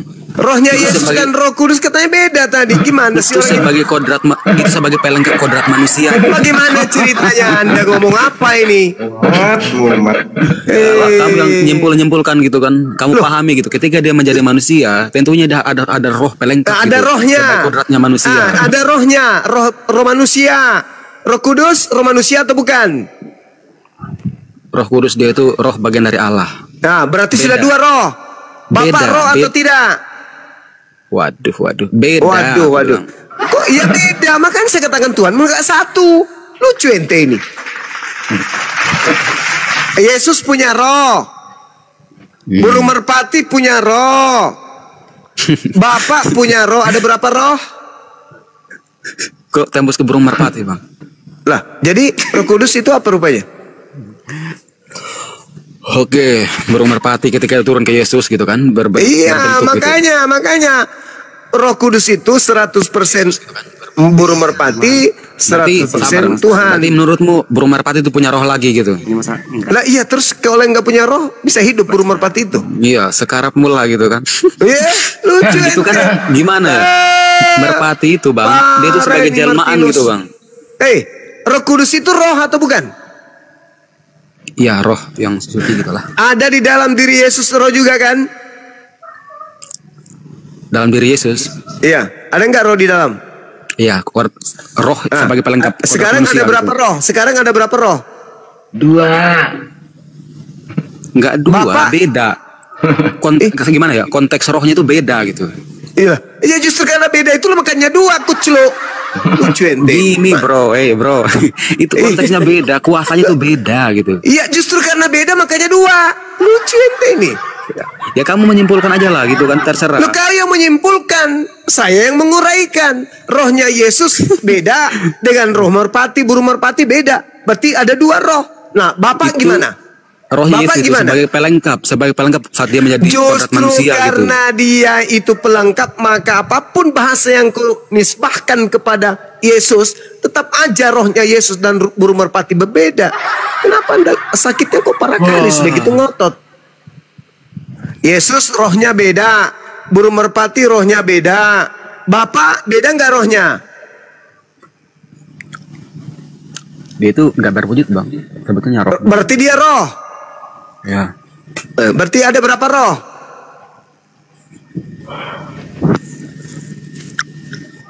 Tetap satu sih. Makanya. Ya kalau gimana ya, kalau kamu menyimpulkan itu ya terserah gitu kan. Iya, justru saya yang mengatakan kalau kau menyimpulkan sesuatu yang tiga itu satu, ya terserahmu. Jadilah Kristen. Kekal di sana di neraka tuh. Udah jelas-jelas tiga dibilangnya satu. Inilah pembohong yang paling keras ini. Pembohong yang paling nyata. Tiga dibilang satu. Oke, menurutmu apa ya, rohnya kami tuh banyak gitu kan, roh penguasa kami banyak, oke, boleh, terserah gitu kan. Oke. Sekarang gimana kalau kita bahas ke apa lagi? Lawan arah lagi. Makanya ada ketahuan rapor Yesus, pendeta bilang rapornya nilainya rendah, matematika nilai 4. Karena Yesus menghitung 5 tambah 2, 12 jawabannya. Coba bayangkan. Itu sama kayak kalian. Oke bang, tadi kan sudah bahas Yesus. Gimana sekarang kalau bahas Nabi Muhammad? Saya sendiri antara kalian semua. Apa yang kamu tahu tentang Nabi kami? Oke bang, saya mau nanya ya bang ya. Iya enggak, saya tanya dulu. Apa yang kamu tahu tentang Nabi kami? Ya dia kan suri tauladan umat Muslim sepanjang masa. Iya betul. Terus? Oke. Sampai-sampai Kristen juga menjadikan beliau suri tauladan. Wih, nggak ada itu bang. Oke, saya buktikan. Orang ini nggak mau ngalah. Sabar bang. Saya buktikan kalau Kristen itu ikuti ajaran Nabi Muhammad. Saya buktikan. Sekarang dari mana kau dapatkan penyebutan Alkitab? Dari Paulus atau dari Nabi Muhammad? Jangan off-mic dong, biar diskusinya. Saya kan mengatakan saking mulianya sampai orang Kristen pun ikut-ikutan meneladani beliau. Pertanyaan saya untuk buktikan itu.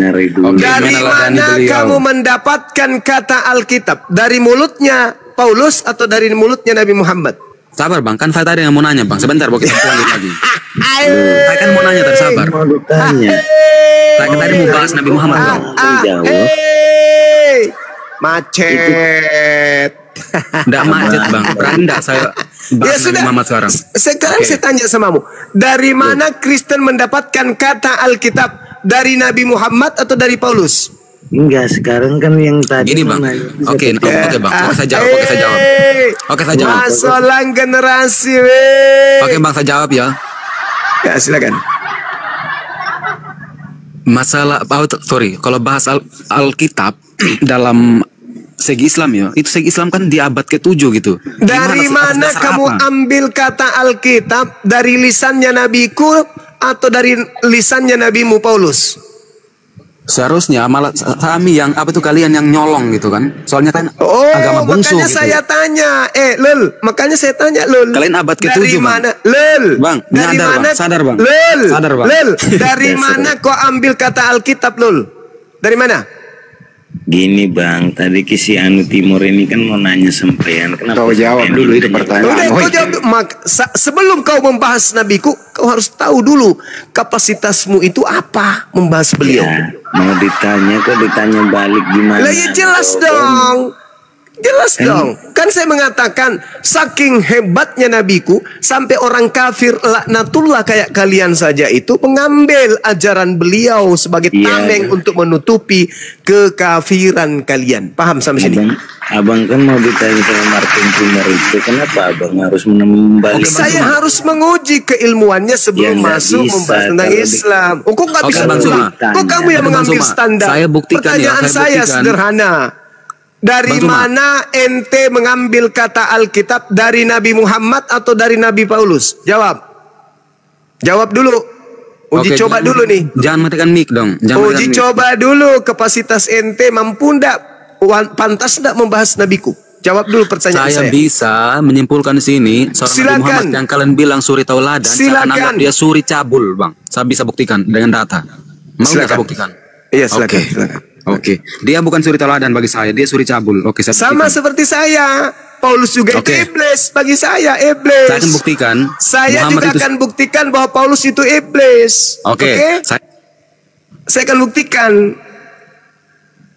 Nah, coba jangan ditutup mic-nya. Silakan kamu buktikan Nabi Muhammad itu cabul sesuai dengan saya buktikan ya. Ya. Seorang Nabi Muhammad itu suri cabul, bukan suri tauladan. Oke. Silakan Abang buka hadis kitab Sahih Muslim. Oh, nggak bisa. Kamu yang harus buka. Kami harus buka. Kau yang ingin membuktikan.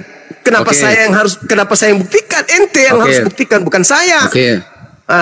Silakan. Di kitab Sahih Muslim yang diriwayatkan oleh Imam Muslim bin Al-Hajjaj nomor 2637 di situ sedang membahas persusuan orang dewasa, yang dimana orang dewasa ini bukan suaminya dari si ibu yang memilih payudara ini.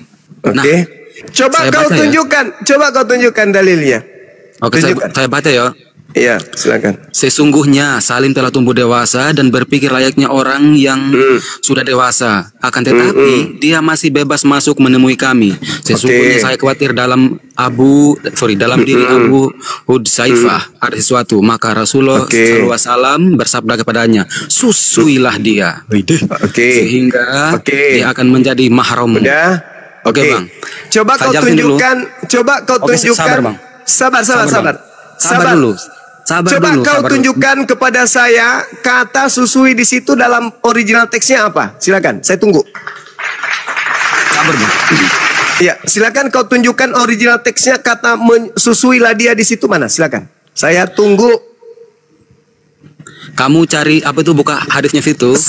Kenapa justru saya? Kitab Sahih Muslim yang diriwayatkan oleh Imam Muslim. Kan ente yang mau membuktikan, bukan saya. Anda yang buktikan kepada saya. Tunjukkan kepada saya bahwa ada kata susui lah di situ. Oh, berarti kamu nggak pernah baca hadis itu ya? Saya mau membuktikan darimu. Silakan tunjukkan ke saya. Kamu jawab dulu, susui. Tunjukkan kepada saya original teksnya. Silakan. Kok alasan doang ini? Alasan doang nggak bisa jawab. Saya mau bukti. Kan kau mengatakan fitnahanmu tadi. Kau ingin mengatakan Nabi Muhammad kami itu adalah cabul. Kau harus memang buktikan. Cabul, dia suruh orang menyusui bukan kepada saya. Buktikan kepada saya. Kau jawab sudah itu udah jelas, saya nggak ngarang-ngarang. Buktikan kepada saya. Karena mana bukti. Kamu lihat. Buktikan sama saya dalilnya mana. Buktikan. Seluruh muslim sini silakan lihat yang saya bacakan tadi. Silakan kau buktikan kepada kami di sini. Silakan. Ada itu, susuilah dia. Silakan kamu cari. Tidak ada kata susui, itu bahasamu. Itu bahasamu. Ada, bro. Silakan. Silakan kau tunjukkan. Original teksnya kau tunjukkan. Kamu tahu baca nggak? Kau tunjukkan original teksnya. Oke. Gini ya, gara-gara kalian fokus ke Arabnya doang, akhirnya terjemahan kalian nggak tahu. Silakan kau tunjukkan original teksnya. Silakan kau tunjukkan original teksnya. Nabi yang cabul, kalian suri tauladan. Dengar. Anak asuh, dengarkan. Dengarkan anak anjing, dengarkan sama saya. Anak asuh, dengarkan saya anak asuh. Sumber kami itu bahasa Arab. Jadi ketika Anda ingin membahas agama Islam, Anda katakan valid, tunjukkan original teks kitab kami. Anak lonte, anak biadab, anak haram. Mana? Tunjukkan. Di situ kalau Anda tahu Nabi Muhammad kemudian mengajarkan kepada orang tersebut, bukan berarti disuruh kemudian menyentuh bibirnya laki-laki ini kepada putingnya wanita tersebut, enggak. Tetapi menyimpan di wadah, lalu kemudian meminumkan kepada laki-laki tersebut. Sama seperti engkau. Apa yang membuat engkau besar? Karena engkau minum susu sapi, engkau minum susu kambing. Apakah berarti engkau netek ke sapi? Monyet? Woi, Bahlul, apakah ketika kau dikatakan minum susu sapi, kau susu langsung di putingnya babi? Anak haram jeda, penyembah setan. Biar dia dengar di bawah. Ketika kemudian hadits ini diurai, wanita tersebut menyimpan wadah, habis itu diminum. Bukan orang itu nete. Kenapa? Kaidah di Islam jelas sekali. La taqrabuz zina. Tidak boleh kau mendekati zina. Apa mendekati zina itu? Melihat aurat wanita yang bukan mahram. Apakah itu dibolehkan? Haram, tidak boleh. Berarti bagaimana kaidah hadits itu? Kaidahnya air ASI disimpan di wadah untuk diminum oleh Salim. Itu. Jadi jangan kau menghujat dengan terjemahan itu. Islam itu enggak sehina itu yang kau pikirkan seperti agamamu. Di agamamu jelas-jelas nih Tuhan turun ke bumi, habis itu isap puting wanita dewasa. Betul nggak? Betul nggak? Betul itu. Muka 11:27. Betul. Berbahagialah tete yang engkau isap. Itu siapa itu? Yang isap tete? Tuhan. Nah, parah kali. Kalau hanya mau hujat-hujatan kayak gitu, kecil. Bibalmu pasang badan kalau hanya menghujat kayak gitu. Tuhanmu turun ke bumi, isap puting. Ngapain dia isap puting? Ngapain? Untuk dewasa. Kan dia Tuhan. Ngapain dia harus jadi bayi dulu? Kan bisa dia turun langsung dewasa. Turun dari langit. Langsung turun dewasa. Kenapa dia harus isap puting? Iseng kali. Ini kurang ajar orang ini ya. Tolong berhentilah menghujat kayak gitu ya.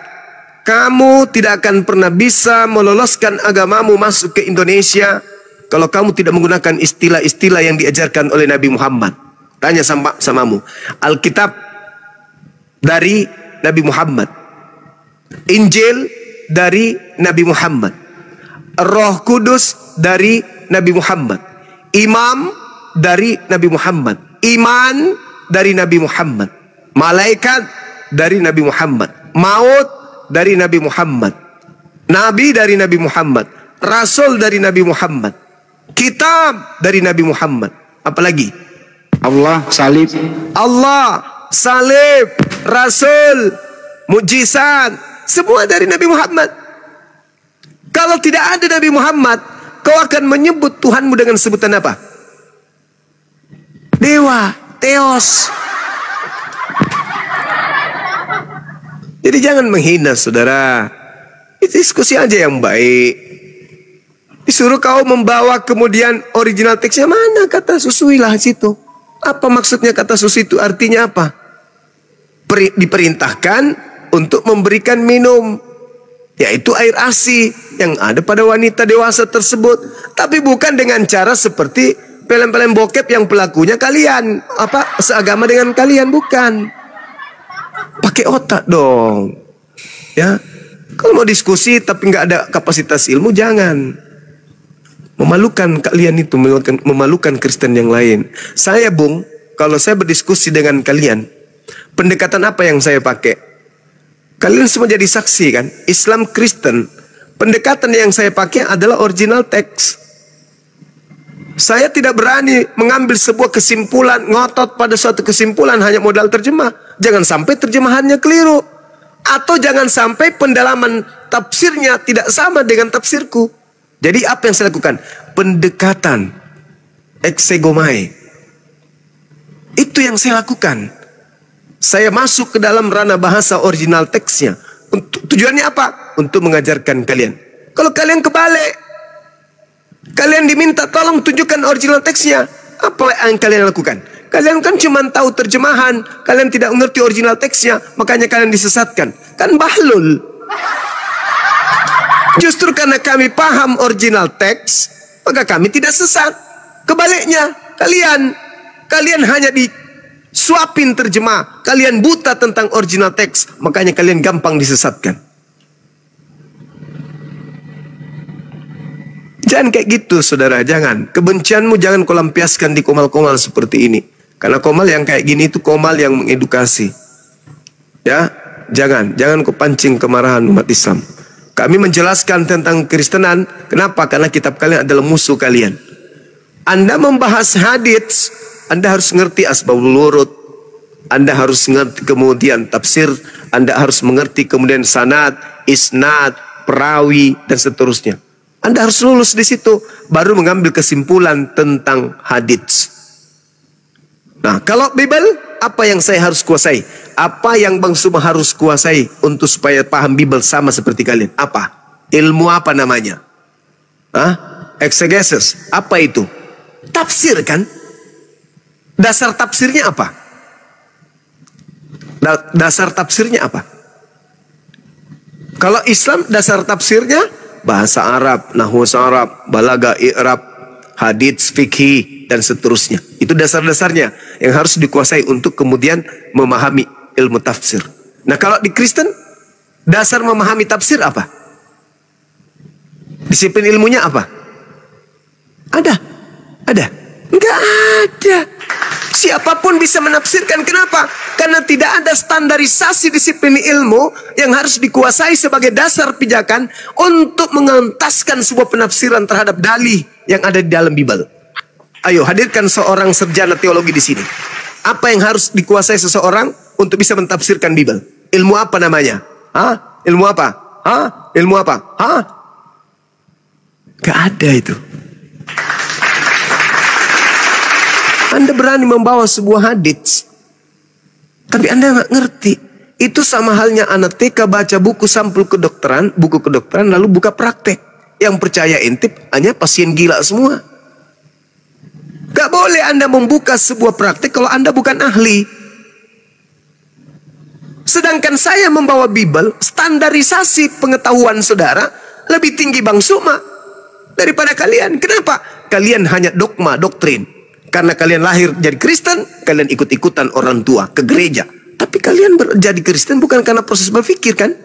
Sedangkan Bang Suma pingin jadi Kristen dengan cara mempelajari Bible, dengan proses berpikir. Tapi tidak pernah bisa sampai. Kenapa? Karena Bible itu yang menghalangi saya untuk jangan menjadi Kristen. Kok bisa kayak gitu? Karena saya belajar, saya mengkaji. Sedangkan kalian jadi Kristen enggak? Lahir jadi Kristen. Habis itu belajar enggak untuk mendalami Bible? Enggak. Untuk apa? Lawang tugasnya hanya nyanyi-nyanyi. Kalau di kami enggak. Sholat subuh, sholat malam, tengah malam, sholat asar. Kami harus kaji ini ada apa ini? Kok kita harus rutin minimal 5 kali sehari ini? Apa yang mendasari? Apa ilmunya? Apa dasar pijakannya? Kami kaji. Oh, ternyata ini dasarnya. Maka kami lakukan dengan cara ikhlas. Berat tapi ringan. Kenapa? Karena kami ikhlas. Lah kalian tidak dituntut ikhlas. Kenapa orang pergi nyanyi aja kok? Apanya yang mau ikhlas? Siapa yang terpaksa dengan nyanyi-nyanyi itu? Nggak ada. Sekali seminggu pun. Ada nggak yang haram? Ada nggak menjadi perintah wajib? Nggak ada. Ada nggak yang wajib di Kristen? Nggak ada. Jadi siapapun boleh, siapapun datang situ nyanyi, cuma sekedar nyanyi-nyanyi kok. Anakku sayang. Siapa yang tidak mau nyanyi? Hati menjadi lega, pikiran menjadi sejuk, utang terlupakan. Kan cuma nyanyi-nyanyi doang. Tapi apakah itu wajib? Enggak. Enggak ada hukumnya wajib. Jadi apakah penting untuk belajar? Enggak. Ngapain? Pendeta mengatakan, mari kita bernyanyi. Salto sana, salto sini, udah selesai. Bubar, bayar per puluhan. Itu aja kan? Tapi kalau di Islam, perintahnya zakat, puasa, haji, harus diilmui dulu. Jadi orang berislam itu karena ilmu. Sedangkan kalian menjadi Kristen bukan karena ilmu. Justru karena menjauh dari ilmu, maka menjadi Kristen. Kalau Anda berilmu, Anda akan tinggalkan agama Kristen itu. Saya pastikan. Kalau Anda berilmu, mengkaji isi Bible, saya pastikan Anda akan meninggalkan kekristenan. Kenapa? Antara akal dan kekristenan itu tolak menolak. Gak bisa disatukan. Berbeda dengan Islam. Semakin orang berakal, semakin pas di Islam. Kenapa? Seluruh unsur yang ada di dalam keislaman, itu dasar pijakannya wajib bersandar kepada akal. Kalau kalian wajib meninggalkan akal. Bagaimana mungkin Anda beriman dengan akal, Tuhan Anda nete? Nggak mungkin kan? Mustahile. Mustahile. Maka apa yang Anda katakan? Oh, dia nete karena dia manusia. Lepas sudah. Konsep keagamaan, keyakinan yang benar udah lepas di situ. Karena agama itu mengajarkan kebenaran, bukan mengajarkan ketidakbenaran, tapi dipaksakan menjadi benar. Pencipta langit dan bumi turun ke bumi nete sama manusia ciptaannya. Benar nggak? Bisa nggak diterima akal? Nggak bisa. Maka kalau kalian menggunakan akal, maka tidak mungkin kalian bertahan di agama Kristen itu. Makanya Barat itu tinggal nama Kristen aja, tapi mereka sudah tak menjalankan. Gereja-gereja sepi. Pada saat malam Natal, gereja itu bukan kemudian mereka melakukan sebagaimana orang-orang Yahudi, enggak. Mereka jadikan malam Natal itu sebagai malam memuaskan diri mereka. Di Barat, ada nggak kalian temukan kegiatan rohani yang begitu dahsyat seperti ini? Enggak. Cuma di Indonesia sok cantik, sok paten. Kenapa? Karena orang Islam ndak usil. Kalian ingin jati diri, kalian ingin memperlihatkan ke kami dengan berpura-pura mengambil istilah-istilah Al-Quran. Tapi kalau di Barat sepi, mana ada misionaris di Barat? Gak ada. Karena orang Barat lebih cenderung kepada hal-hal yang sifatnya mantik, yang sifatnya kemudian logikanya kena, yang sifatnya kemudian masuk akal, yang terkait dengan sains, logika. Sedangkan agamanya tidak masuk akal, bertentangan dengan akalnya. Makanya mereka menjauh. Mereka mayoritas, tapi mereka minim untuk beribadah. Cuman di Indonesia ini aja yang sosok cantik. Kenapa? Kalau barang dari luar, sandal jepit pun jadi cantik. Produk Indonesia harganya kemudian 500.000, tapi kulit asli. Dari luar bekas. Orang sudah kena kurap, orang sudah kena panu yang pakai sandal tadi. Dijual, masuk ke Indonesia. Karena barang dari barat, meskipun dia sandal jepit, bekas orang panuan, bekas orang yang kena penyakit kusta dan seterusnya, harganya 5 juta, kalian pun beli. Kenapa? Demi gengsi. Kan agamanya dari barat, wah keren. Padahal di barat sendiri udah nggak dipakai, sama seperti barang bekas. Mana ada lagi di barat orang antusias di gereja? Mana ada? Gak ada. Di gereja itu kosong. Di sana tuh kosong, gereja-gereja itu pada dijual. Jadi diskotik, jadi bar, jadi masjid. Gak ada lagi. Cuman di Indonesia ini ya sok paten, sok cantik kalian. Karena kenapa? Kalian berpikir, wah di sini kita bisa berkembang. Kenapa bisa berkembang? Karena umat Islam tidak perhatian untuk anak-anaknya agar tidak dimurtadkan. Itu dulu tapi sekarang susah. Sudah lahir Bang Suma dan Bang Suma yang lain. Sudah ada blender dan blender yang lain. Gak bisa lagi kayak dulu. Sulit. Begitu saudara-saudara. Jadi kalian di Indonesia sok cantik. Wah mari kita diselamatkan. Siapa sok cantik Juma? Nenekmu kiper. Di barat agamamu itu sudah tinggalkan. Tinggal nama. Di barat itu tinggal nama. Usang. Patikan sana. Bukan tempat orang-orang yang ini lagi. Enggak. Di Patikan itu seluruh kemaksiatan boleh di sana. Gak ada lagi itu. Udah ditinggal itu. Ya. Jadi kalian jangan sok paten. Di Indonesia pun kalian tidak bebas lagi. Nggak kayak dulu. Sebelum ada TikTok kalian bebas memurtadkan orang dan sebagainya. Nggak bisa lagi. 350 tahun agama kalian disebarkan melalui penjajahan. Minim orang Indonesia mau menerima itu. Kenapa? Irasional. Nggak masuk akal. Tidak masuk akal, tidak masuk dalam logika manusia. Tidak cocok agamamu itu untuk manusia. Jangan panjang kali narasi. Tidak cocok agamamu itu untuk manusia. Tidak cocok. Tidak sesuai dengan kodrat kemanusiaan. Panjang-panjang. Demikian dari saya. Silakan yang lain dilanjutkan.